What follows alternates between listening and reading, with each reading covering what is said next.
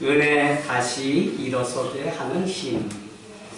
목회자니까 늘 말씀에 대해서 고민을 안 할 수가 없습니다. 이제 이맘때쯤에 우리 하늘땅 공동체에 필요한 말씀이 무엇일까 고민하다가 지금이야말로 현대인들에게 누구에게나 필요한 그 은혜, 그것이 간절하다는 생각이 마음 가운데 들었습니다. 그래서 은혜를 잊고 살아가는 사람들을 중심으로 한 사건을 통해서 정말 은혜가 무엇인지, 특별히 우리가 신앙 안에서 기도하였더니 무엇을 하였더니 합격을 하고 1등을 하고 할 때 우리가 말하는 그 은혜를 은혜라고 말하는 것인지, 아니면 다 실패하고 무너졌음에도 불구하고 하나님이 그 사람을 기억함으로 말미암아 삶이 회복되는 그것 때문에 은혜라고 하는지, 우리는 성경적인 은혜를 찾아서 다 보려고 합니다. 여러분, 저는 오늘 말씀을 전하면서 인생은 짓는 것이다 라는 한마디로 귀결하고자 합니다.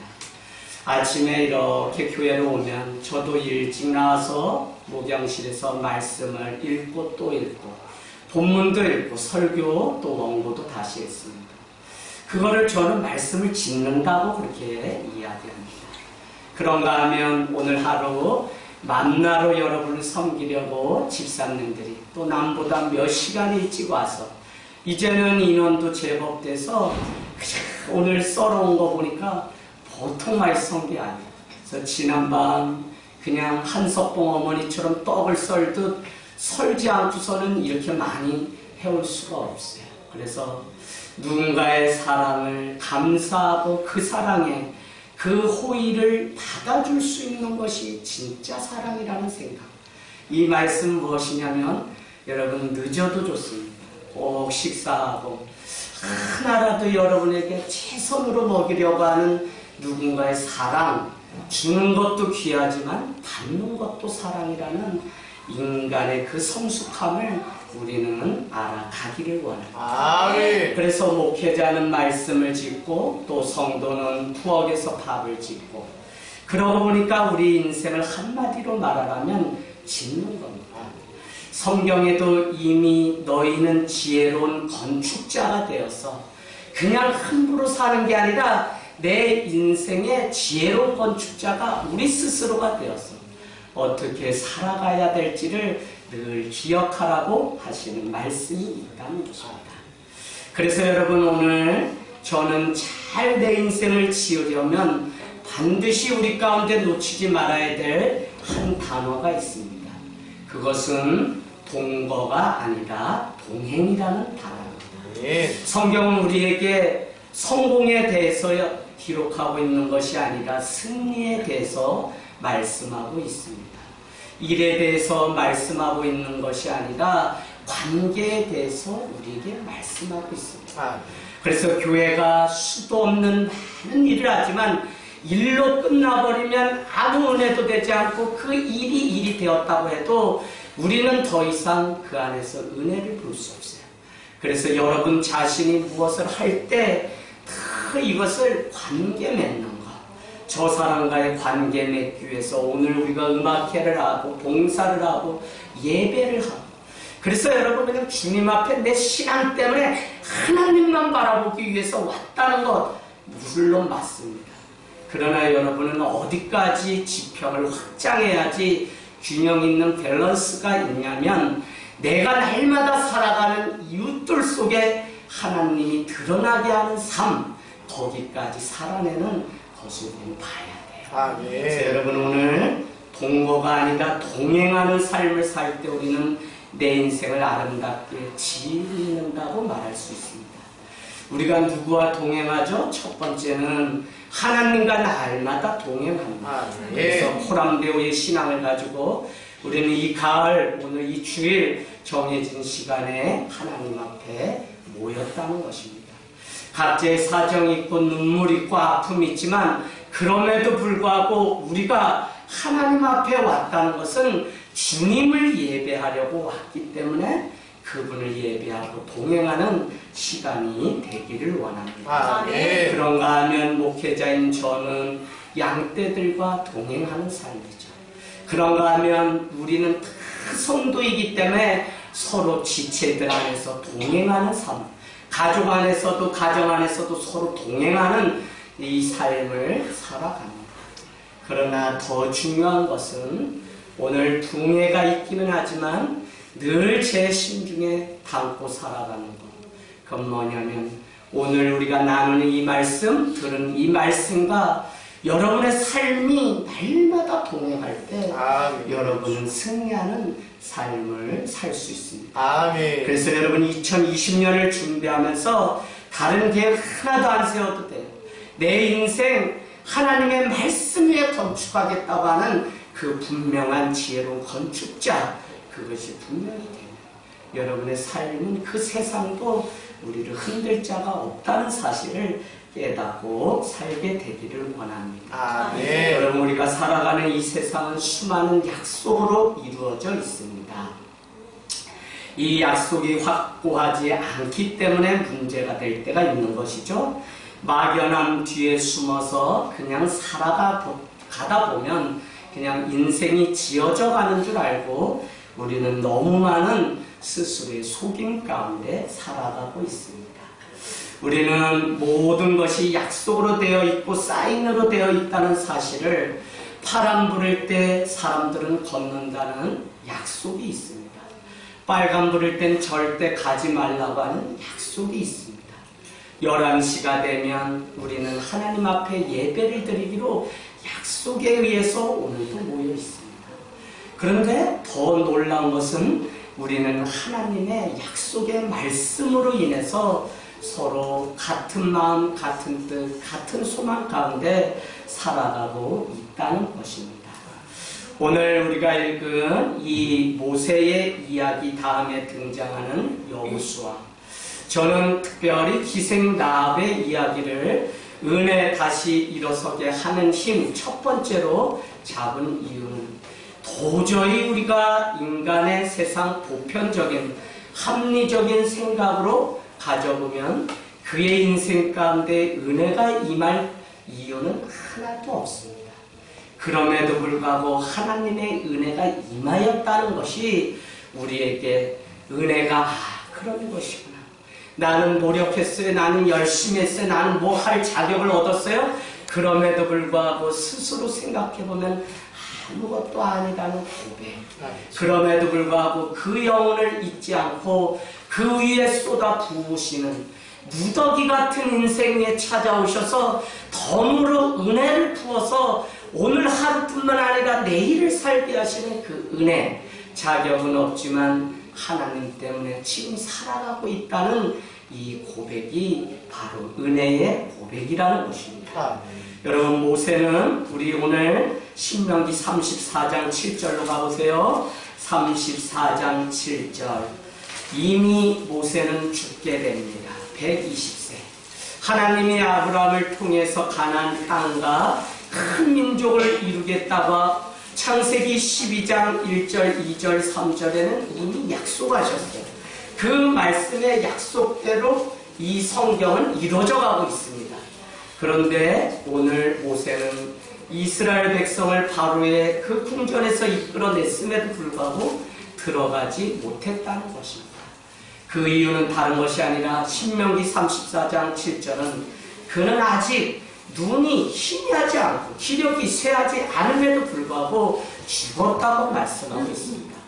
아니 969세를 사는 자도 있는데 이거 120세에 죽는 거 이거 너무한 거 아니에요? 특별히 이스라엘 백성들을 이끌기 위해서 산전수전 다 겪었던 모세에게 너무한 거 아니에요? 그럼에도 불구하고 여러분이 기억하셔야 되는 것입니다.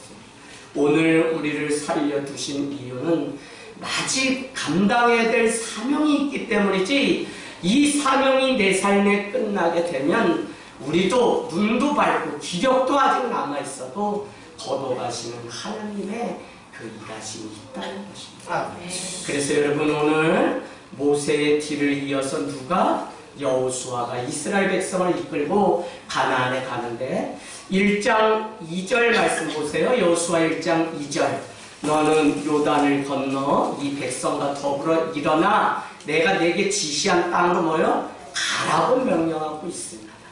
이 요단강이 이 앞에 놓여 있는데 요단을 건너고 우리는 여호수아 읽어보면 여리고성, 아이성 건너가야만 그걸 넘어서야만 드디어 약속의 땅 가나안이 기다리고 있습니다. 여러분, 우리도 인생 살아가면서 약속이 없다면 살 수 없습니다. 어떻게 내 인생을 한 여인에게 맡겨서 결혼하고 살 수 있습니까? 어떻게 저 사람이 누구라고 내 인생을 아니 살아갈 날이 더 많은데 그에게 내 인생을 맡기고 약속하고 극감 반지 하나 끼워줬다고 그거 믿고서 우리가 갈 수 있어요? 약속을 믿기 때문에 우리는 살아가고 잘 살든지 못 살든지 실패했든지 우리는 여기까지 하나님의 은혜로 왔다는 사실입니다. 사랑하는 여러분, 오늘 다시 우리가 은혜를 바라봐야 되는 이유가 무엇이냐면 하나님이 우리에게 약속하신 말씀이 있기 때문에 그래요. 그래서 성도는 말씀을 빼앗기지 않고 그 말씀 가운데 우리가 살게 되면 하나님은 반드시 그 인생을 은혜로 회복시켜 주십니다. 할렐루야. 네. 여러분, 밤새도록 자기가 가장 잘 알던 그 갈릴리 바다에 금을 던졌다는 겁니다. 그러나 애용못이 하나도 없었다는 것이죠. 그러나 그가 주의 말씀에 의지하여 그물을 내렸더니 동물들을 와서 도와달라니 동물들이 다 보고 애운 것이 너무 많아 그물이 찢어지게 되었다고 하는 찢어지는 그 은혜의 경험은 여러분 그냥 이루어진 것이 아니에요. 그 밤에 가장 많은 경험과 학식과 지식이 있음에도 불구하고 무너졌던 시몬 베드로의 인생이었지만 주의 말씀이 다시 약속으로 와서 그가 말씀대로 살아갈 때 그의 삶이 완전히 다른 인생으로 바뀌는 것을 우리는 보게 됩니다. 네. 여러분, 그래서 우리는 약속 위에 내 인생을, 말씀 위에 내 인생을 건축하며 살아가야 된다는 것입니다. 그것이 있을 때 우리의 걸음은 끝까지 흔들리지 않고 멀리 바라보며 주님의 구원을 향해서 걸어가는 순례자의 삶을 마칠 수 있다는 것입니다. 오늘 대열을 정비하고 이스라엘은 요단을 건널 채비를 하게 됩니다. 그 요단을 건너기 위해서 준비해야 될 것이 무엇이죠? 바로 임마누엘 신앙입니다. 아멘. 오늘 우리는 여호수아를 계속 읽으면서 그 백성과 더불어 모세의 고백 중에 한 가지 분명한 것이 있는데 그것은 뭐냐? 모세와 함께 했던 것처럼 여호수아 너와 함께 하겠다고 하는 임마누엘의 신앙이 분명히 있었다는 것입니다. 여러분, 저 사람의 하나님이 아니라 나의 하나님이 될 때 우리는 그 하나님께 2020년도를 맡기고 내 인생 40대 50대 아니 80이면 어때요? 80대도 멋지게 살면 그분보다 멋진 인생이 없어요. 저는 올해 기도하면서 교회가 작은 그냥 인문학 정도까지 다 올 수 있는 출판권을 하나 출판사를 차리려고 오랫동안 줍니다.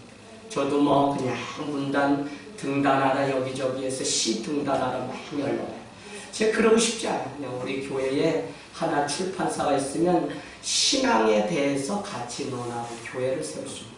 아까 이성애 집사님도 이미 원고를 출판사에 넘긴 걸로 저기 우리 최지연 집사님도 올해 교사를 아예 그만두고 3권짜리 포스트 휴먼이라고 하는 소설책 만약에 나온다면 여러분 한 분당 3권씩은 좀 사주셔서 성도가 비치는 일은 보시면 안 돼요. 그래서 여러분이 재밌든지 아니든지 그래서 제가 집사님 한 권만 단편으로 쓰시라니까 3권으로 써서 저도 겁이 납니다. 어쨌거나 또 우리 장혜자 집사님이 시인이세요. 또 우리 아버님도 일찍 시를 쓰셔서 여기저기 이미 등단하셨고 또 최근에 안 사시는데 우리 오송환 권사님도 블로그에 글을 늘 쓰셔요. 또 우리 문영희 집사님도 글로는 못 쓰셔도 요새 찬양 부르시고 이제 찬양도 만드실 줄도 아시죠? 옛날에 타령을 좀 해보신 분들은 작사 작곡에서 여러분 그렇게 우리가 멋지게 인생을 만들어 가는데 임마누엘의 이 신앙이 우리 가운데 무장되기를 원합니다. 여호수아 1장 7절 8절은 좌로나 우로나 치치지 아니하고 말씀대로 살아가면 반드시 그 삶에 두 가지가 있는데 형통과 어떻게 해요? 평탄케 된다고 하는 그 말씀이죠. 그래서 잘 되기를 원하고 자녀가 잘 되기를 원하고 우리 집이 잘 되기를 원한다면 여러분 이무식기야 빨리 학원 가가지고 오늘 영어 단어 100개 외우기 전에 너 잠 못 잔다. 아빠한테 검사 맡아라. 이게 아니라 주의 말씀 가운데 아이들이 세워져서 이 아이들이 뭐 다른 거 뭐 많이 하고 꿈이 크고 이거보다 더 중요한 게 하나님의 말씀 앞에 깨어서 하나님 말씀으로 빚어진 삶이 되기를 원합니다. 네. 그럼 오늘 1장 13절도 가서 한번 표시해 보실래요? 1장 13절 여호와의 종 모세가 너희에게 명령하여 이르기를 너희의 하나님 여호와께서 너희에게 안식을 주시며 이 땅을 너희에게 주시리라 하였나니 뭐라고요?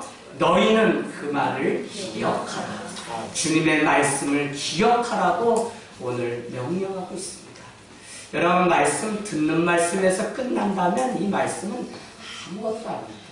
그래서 동행하는 삶은 들은 말씀 가지고 말씀과 같이 걸어가는 삶이 될 때 비로소 우리는 동행하는 삶이고 그때 우리는 순종하고 그때 우리는 하나님의 뜻이라면 라고 물으며 살아갈 수 있는 것입니다. 1장 11절 가보세요. 진중에 돌아다니며 그 백성에게 명령하여 이르기를 양식을 준비하라. 사흘 안에 너희가 이 요단을 건너. 무슨 이야기냐면 가나안을 가려면 요단을 사흘 안에 건너야 되는데 이제 여호수아가 10절에 보니까 그 백성 관리를 몇 명을 세우게 됩니다. 그러고는 백성들에게 뭐라고 명령하냐면 양식을 준비하라는 것입니다. 여러분 오랜 전쟁의 무기 준비도 중요하지만 먹을 양식이 준비되어야 됩니다. 믿음이라는 것은 무조건적인 것도 있지만 특별한 경우를 제외하고는 지극히 합리적인 것이 신앙입니다.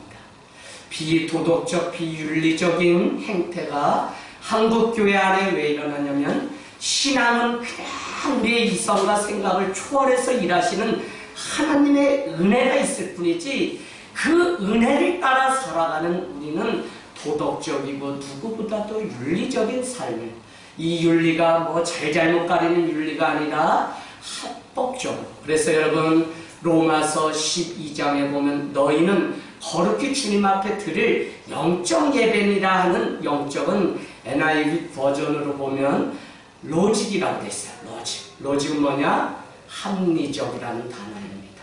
여러분 합리적인 삶 주님 앞에 내가 그냥 주님의 은혜를 알기 때문에 내가 죽어야 되는 이 합리적인 삶 이것이 되지 않는 영적 예배가 될 수가 없어요. 그래서 우리는 이 신앙이라는 것을 준비 없이 그냥 하나님이 하시겠지 이건 아니라고요. 열심히 준비하신 그 위에 하나님의 은혜가 더해주기를 바라는 이것이 균형 잡힌 바른 신앙이지 자기는 아무것도 안 하고 막 이런 사람이 있어요. 그냥 무조건 기도하면서 막 시엘이 된다 그러고 막 땅 산다 그러고 막 저기 원생들 막 온다 그러고 그건 아니고요. 그래서 여러분 우리가 세상에 정말 유별난 사람은 되지 말아야 돼요. 상식적인 사람이 돼야 되는데 그러려면 뭐 해야 되냐? 오늘 말씀과 같이 내가 준비할 거 준비하고 그 위에 우리는 무기가 있어요. 하나님 내 인생에 내 노력 위에 더 은혜를 주시면 좋겠습니다는 기도가 우리는 있을 뿐이라고요. 할렐루야. 네. 자, 그래서 우리는 오늘 양식을 준비하는 것은 당연합니다. 그럼에도 불구하고 요구하시는 이유는 무엇이냐? 여러분 가르치고 순종이라고 써있어요. 순종. 여러분에게 목회자가 어떤 것을 요구하거나 하나님의 말씀이 요구하는 것을 인간적으로 들으시면 여러분은 순종의 자리에 못 나가는 거예요. 왜 그 이야기를 하는지 여러분 그 의도를 잘 아셔야 돼요. 그렇지 않으면 우리는 기껏 농사 잘하고서 마지막 때에 그냥 우리가 하나님의 뜻이 어딘지 잘 몰라요. 오늘 이게 당연한 일이죠. 먹고 살려면 어떻게 해요? 당연히 준비해야 돼, 당연히. 그런데 사람들은 준비하는 거에 남네, 아니네, 또 가야 되네, 건너야 되네, 말아야 되네 하고 사람들은 늘 옥신각신 한다는 것입니다. 그럼에도 불구하고 당연한 그 일에 무조건적인 순종을 우리에게 요구할 때가 있어요. 오늘 집사님 고백했지만 자녀가 부모에게 마땅히 공경하고 순종하는 게 성경적으로 맞는 것입니다. 그럼에도 불구하고 왜 우리 안에 눈물이 있고 기꺼이 이 일을 간증해야 되냐? 오늘날 관계가 다 깨어져서 모르겠어요. 집사님은 아버지를 처음부터 아무 따시 없이 사랑했는지 그렇지 않은 것도 있을 거예요. 그럼에도 불구하고 아버지가 병들어서 딸 집에 찾아오니 이제 아버지의 뒤안길을 내가 딸이 되어서 뒤돌아보니 이제는 뭐 잘못했어요, 뭐 했어요가 아니라 이제는 아버지 살아주셔서 감사해요라고 하는 그 한마디를 드리고 싶다는 고백입니다. 맞나요? 네, 아니면 또 말고요. 아닌 것 같아요. 어쨌거나 사랑한다고 하는 고백. 당연하지만 말하지 않으면 할 수가 없는 게 사랑이고 고백이에요. 그래서 우리는 주님 앞에 또 사랑하는 사람에게 감사를 날마다 고백하는 은혜가 있기를 원합니다. 여러분 16절, 1장 16절에 보니까 오늘 이스라엘 백성들은 당신이 우리를 보내시는 곳에는 우리가 가겠다고 하는 순종의 고백이 있기 때문에 이 백성은 결국 어디요? 가나안을 터치다운하는 일들이 생기는 것입니다. 여러분 오늘 모세에게 순종한 것 같이 17절 1장 17절에는 여호수아에게도 순종하겠다고 하는 백성들의 고백이 있었습니다. 그래서 성경은 룻기를 통해서 어머니의 하나님이 나의 하나님이고 어머니의 백성이 나의 백성입니다라고 하는 룻의 그 고백이 우리가 알고 있는 고백입니다. 오늘 사건이 요단강을 건너기 전 정탐꾼을 여리고 성에 보내서 가나안의 동정을 살펴보는 장면이 등장하는데 지파에서 2사람을 뽑아서 보내게 됩니다. 어디 나오죠? 2장 1절 눈의 아들 여호수아가 시딤에서 2사람을 정탐꾼을 보내며 이르되 2사람을 보내. 근데 우리는 이미 모세를 통해서 12명의 정탐꾼을 보냈다가 아낙 자손들이 기울이 장성하여 그 돌아갔다가 여호수아와 갈렙은 돌아와서 그들은 우리에게 붙여준 우리의 밥입니다 라고 고백했는데 나머지 10지파는 우리는 가면 뼈도 못 추리고 죽게 됩니다. 큰일 납니다. 가면 안 됩니다. 거긴 젖과 꿀이 흐르는 땅이 아닙니다. 절대 안 됩니다 라고 이야기하며 모세를 원망합니다. 그래서 민수기 신명기 14장 14절인가 보면 모세가 그 백성의 원망이 어디까지 하냐면 우리를 왜 여기 가나안까지 데리고 간다 해서 차라리 바로의 궁전에 있으면 노동을 하면서 힘들지 몰라도 1년에 몇 차례 고기라도 먹을 수 있는데 우리 이제 광야에서 다 죽게 되었구나 하고 모세를 원망하는 장면이 나올 때 모세는 머리를 이마에 대고 하나님 앞에 부르짖어 기도했다는 장면. 그러나 여러분 우리가 말씀 쭉 읽어보면 무슨 구절이 나오죠? 내가 내 목소리를 들은즉 그대로 행하리라. 그게 어떻게 되죠?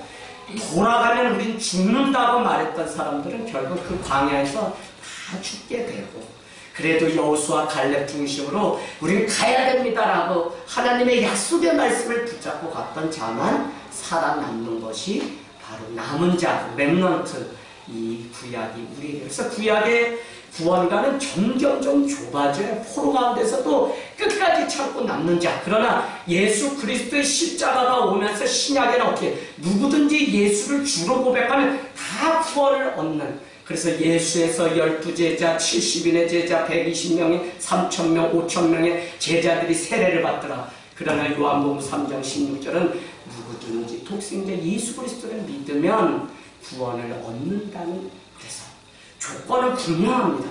누구나 다 믿는다가 구원 얻는다가 아니에요. 예수 그리스도를 믿으면 누구든지 구원을 얻는다. 그전에는 죄가 있으면 절대 안 되고 뭐 짐승 잡지 않으면 안 되는데 이젠 그런 조건 없어요.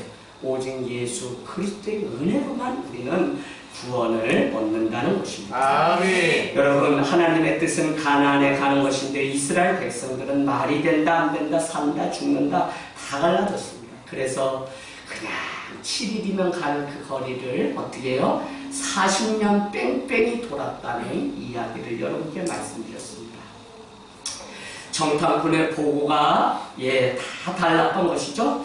오늘 2장으로 가볼까요? 2장 24절에 오늘 두 사람의 그 보고는 다릅니다. 그리고 이미 가나안 땅에 있는 기생 라합을 통해서 우리가 보았듯 그들은 다 알고 있습니다. 24절 우리 같이 했습니다. 시작. 또 여호수아에게 이르되 진실로 여호와께서 그 땅을 우리 손에 주셨으므로 그 땅의 모든 주민이 우리 앞에서 단답이 높였다. 아멘. 누가 그런 거예요? 보냈던 정탐꾼이 와서 여호수아에게 보고하기를 그들이 우리가 얼마나 대단한지 간단히 선을 합니다. 그들은 이미 11절 보세요.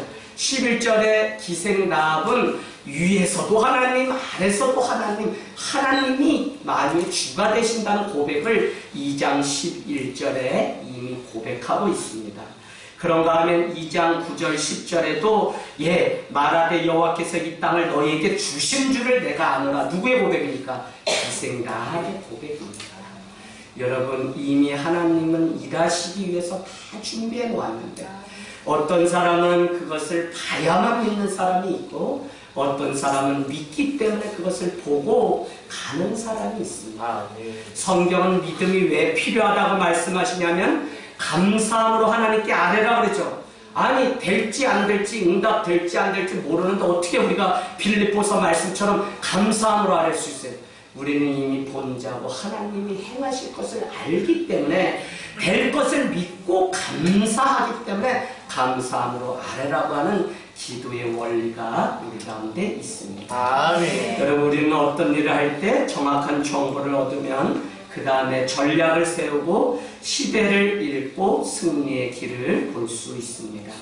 그래서 성도도 날마다 성경책만 보라는 것이 아니라 한 손에는 신문이나 TV와 같은 정보도 우리가 알아야만 세상, 물론 거기에 너무 빠져가지고 그걸 연구하려고 할 필요는 없습니다. 그러나 세상도 알아요. 누구의 얘기죠? 마틴 루터. 한 손에는 성경, 한 손에는 신문을 들고 있어야 된다는 이야기를 했습니다. 오늘 우리는 기생 라합이 얼마나 보잘것없는 신분인지 알고 있습니다. 세상 사람들의 손가락질을 당하는 기생 라합입니다. 그러나 하나님은 그녀를 예수님의 족보에 마태복음 1장에 보면 올려놓았습니다. 라합의 신앙과 결단력이 얼마나 대단했는지 알 수 있죠. 그가 아니었다면 여호수아가 오늘 가나안까지 가는 첫 번째 미션을 성공할 수가 없었다는 것입니다. 지대한 공헌을 했던 라합이 아니었다면 여리고 정보 가나안까지 가는 것은 꿈도 꿀 수 없었습니다. 어느 날 들이닥친 2장 1절 두 명의 정탐꾼이 라합 기생과 만나게 되고 정탐꾼이 그 집에 들어온 것을 누가요? 여리고에 있는 왕이 알게 되면서 여러분 한번 보실까요? 2절 3절 3절에는 여리고 왕이 라합에게로 사람을 보내서 이곳에 사람이 왔냐라고 묻는 장면이 등장하게 됩니다. 그때 그 군사들을 쫓아내는 기지가 있고요. 정탐꾼들과 단수 높은 흥정 장면이 얼마나 신이 나는지 모릅니다. 두 남자가 이스라엘의 두 정탐꾼 남자가 자기 집에 뛰어들었을 때 라합은 한눈에 알아차렸다는 것입니다. 그래서 그들을 지붕 밑에 3대에 숨겨두게 됩니다. 그녀가 그리할 수 있었던 것은 하나님에 대한 소문을 익히 들었기 때문입니다. 여러분, 믿음은 들음에서 납니다. 아멘. 들음에서 이방인이었던 라합의 믿음이 생긴 것이고요. 오늘 11절 말씀 보세요. 하나님이 어떤 신보다 우월하다고 하는 라합의 고백이 11절 하반절 끝에 나와 있습니다. 라합이 살고 있던 그 요단강 건너 가나안은 배가 오고 가면서 많은 사람들의 이야기가 오고 가는 장소입니다. 그렇기 때문에 이 어선을 끌고 왔던 저기 이스라엘에 누가 있는데 목동이고 뭐 베들레헴에 예수인데 그를 믿어야 구원을 얻는다는구만 하는 이야기를 익히 들었던 기생 라합이라는 것입니다. 여러분, 그녀는 성을 드나드는 나그네들의 술시중을 들면서 인생을 살아가던 자입니다.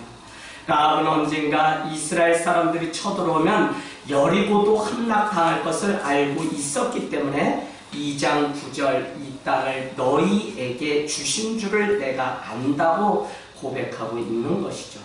그녀의 인생은 흠이 많은 인생이지만 결국 하나님에 대한 그 좋은 소문을 들었던 그것이 그 설레임이 되고 그 삶의 기다림이 되어서 그는 드디어 하나님의 그 족보, 예수님의 족보에 오르는 은혜를 경험하게 됩니다. 여러분, 은혜는 우연히 이루어진 것이 아니라 하나님의 섭리 가운데 이루어집니다. 인과 법칙으로도 설명할 수 없는 것을 우리는 우연이라고 세상은 이야기합니다. 그럼에도 불구하고 우리는 우연히 이 일이 내게 이루어졌다고 말하지 않습니다. 특별히 믿는 우리는 하나님의 계획, 섭리가 있다고 고백하며 살아가는 자입니다. 아멘. 여러분, 룻기 한번 가보실까요?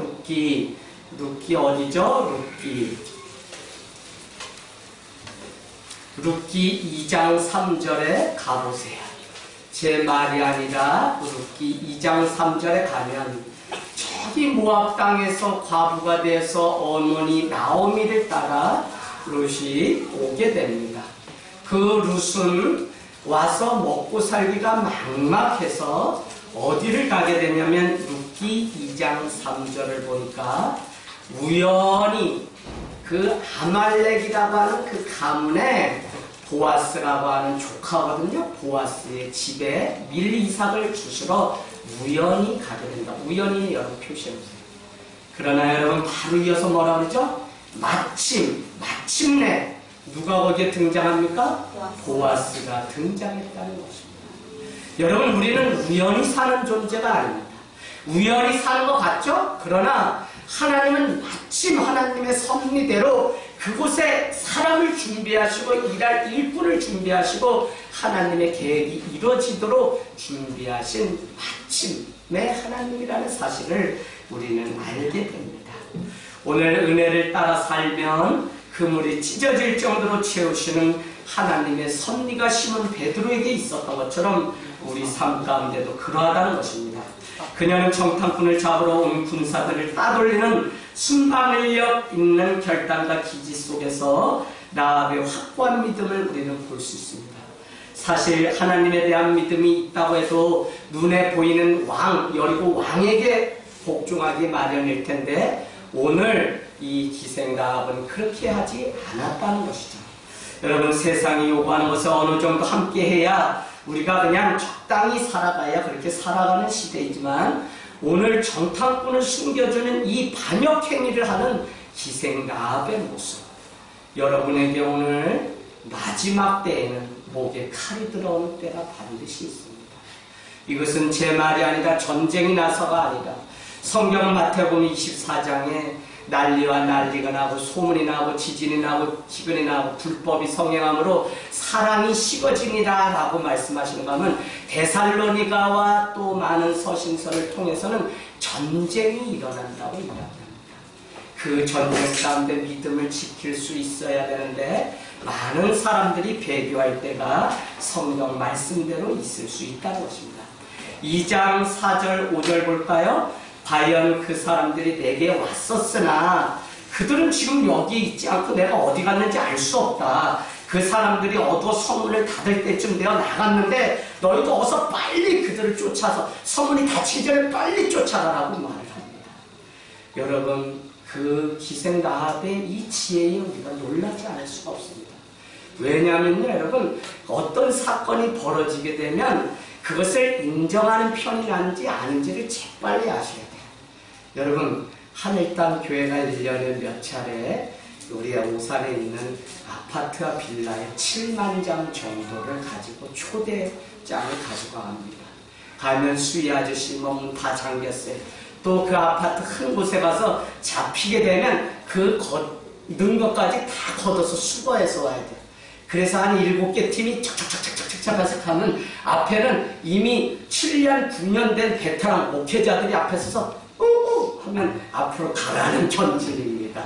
여러분, 이와 같이 이 약속된 전진에 의해서 우리가 하는 거지, 그냥 하면요, 시작도 전에 이미 가운데 있는 중앙 관제탑에 있는 경비소장님 이미 뭐가 있어요? CCTV로 다 이미 봐요. 그래도 딱.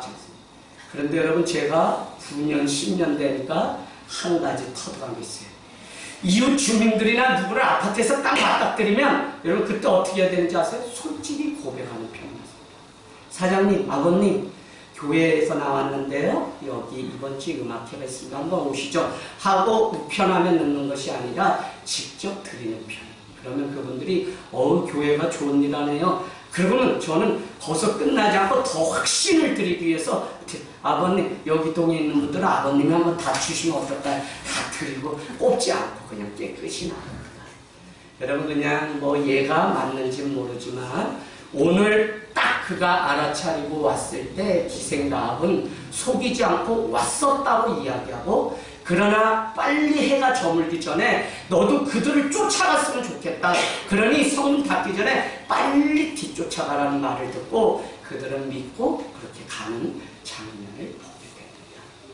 여러분, 이와 같은 지혜가 우리에게 필요합니다. 진정 하나님의 지혜가 있는 사람은 기회를 잘 포착합니다. 지혜는 여러분 여호와를 경외할 때 생기는 것이라고 잠언서 말하고요. 지식은 우리가 노력하면 얻을 수 있지만 지혜는 하나님께로부터 옵니다. 그래서 우리는 믿음 좋다고 할 때 성경 지식만이 아는 자를 말하는 게 아니라, 대학을 나오고 유학 갔다 온 자를 말하는 게 아니라, 아니 공부를 세상적으로는 안 했어도 하나님의 지혜가 충만하여서 누구든지 그 권위 앞에 순종하고 순복해야 되는 그 일들을 많이 경험하게 됩니다. 원하기는 여러분 다 지혜 있는 자가 되기를 주님의 이름으로 축복합니다. 네. 여러분, 대부분 사람들이 흥청거리고 사는 곳입니다. 그러나 두 정탐꾼은 달랐고요. 미혼의 남성이었을 것입니다. 이스라엘 사람입니다. 목숨을 걸고 하나님 나라를 위해서 가나안의 정탐꾼으로 왔는데, 제가 어느 주석서에 연구를 하다 보니까 마태복음 1장 5절에 이런 표현이 있습니다. 살몬은 라합에게서 보아스를 낳았고라고 하죠. 그런데 많은 학자들이 말하기를 살몬이라고 하는 이 기생 라합과 결혼해서 보아스를 낳았다고 하는 이 살몬은 누구라고 이야기하고 있냐면, 두 정탐꾼 중에 한 사람이 기생 라합의 신앙에 감동을 받고 그와 결혼을 하여 보아스를 낳았을 것이라고 하는 학자들의 설이긴 하지만 대부분 정설로 그렇게 통하고 있습니다. 참 이게 너무 중요한 것 같아요. 하나님의 은혜가 임할 때 그때를 알고 놓치지 않고 받는 것. 우리는 뭐 행사합니다. 그때 하나님의 은혜가 임하는 때입니다. 그 은혜가 내 은혜가 되게 하는 자는 반드시 삽니다. 지혜는 하나님께 사랑을 받는 이유고요. 지혜가 있을 때 은혜를 놓치지 않고 하나님을 늘 이렇게 하나님 앞에 인정을 받게 됩니다. 그런데 이 지혜 중에도 가장 큰 지혜는 분별력인 것 같아요. 때와 시기를 아는 것. 내가 지금 무엇을 해야 되고, 지금 내가 무슨 말을 하고, 지금 내가 어떻게 살아가야 되는 때인지 2019년도 다 안 끝났습니다. 여러분이 지금 어떤 때를, 어떤 지혜를 발휘하냐가 2020년 여러분의 인생 위에 준비하신 하나님의 은혜를 포착할 수 있습니다. 지혜가 없으면 어둠을 따라 우리는 살게 되는 것이거든요. 어느 공동체든지 과거처럼 한 사람의 헌신으로 이루어지는 시대는 지나갔습니다. 모든 사람들이 적재적소에서 자기의 역할들, 교회가 있기까지 오면 운전을 하고 밥을 하고 말씀을 또 금요일 저녁에 청소를 하고 많은 일들 속에서 우리도 이 교회가 보이지 않게 돌아가고 있습니다. 그 작은 부분 하나라도 내가 감당하려고 하는 그 마음이 있기 때문에 귀하고 성도인 것이에요. 그래서 여러분, 이 귀한 손길들이 모여서 한 몸을 이뤄가는 하나님의 나라. 제가 이걸 모를 때는 그냥 잘난 맛에 내가 그냥 혼자 다 해치우려고 하는 그 욕심이 있었어요. 그런데 그것이 지혜로운 방법이 아니더라고요. 여러분, 함께 만들어가기에 공동체이고, 그렇기 때문에 나의 안락함도 포기할 때 가나안은 우리에게 준비되어 있는 것입니다. 자신을 먼저 챙기기보다 하나님의 나라를 볼 수 있어야 라합처럼 생명을 건 헌신을 할 수 있으니까요. 여러분, 우리는 구경꾼이 아니라 하나님의 그 선택 가운데 들어간 자이며 먼저 보았기 때문에 먼저 살아가는 그 삶, 그것이 바로 리더입니다.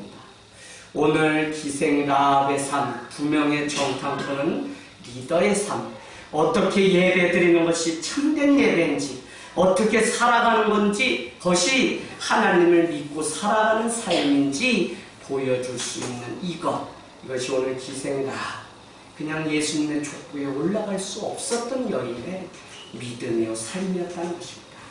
말씀을 마치면서 정탐꾼들은 그녀가 숨겨준 것에 대한 보답으로 어떻게 하죠? 그녀와 가족들을 위해 목숨까지 내걸 것을 맹세합니다. 왜요? 그냥 내가 이렇게 할 테니까 우리 부모 형제를 반드시 살려달라고 12절 13절에 보면 기생 라합이 약속을 하게 됩니다. 그래서 여러분, 그 말씀을 딱 보면서 우리는 그에게 결국은 18절 19절에 가면 어떻게 해요?